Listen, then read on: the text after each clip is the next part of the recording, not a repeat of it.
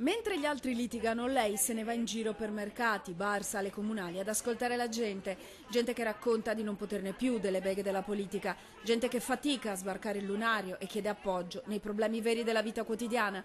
Per questo Alessandra Moretti oggi si può permettere, con un mezzo sorriso, di rimproverare le baruffe da palazzo.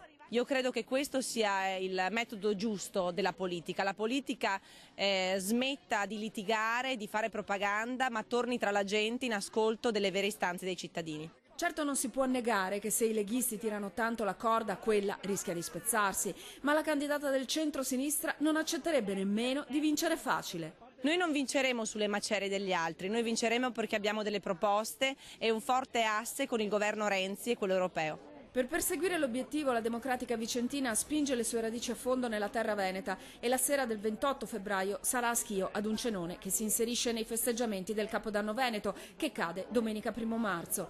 Decisamente autonomista, sarebbe una lista già in preparazione che la sosterrà. L'autonomia è e sarà centrale nel mio programma, l'autonomia possibile, quella su cui anche il Partito Democratico in Senato sta lavorando, e noi arriveremo ad ottenere più prerogative secondo una normativa che ci consente di farlo.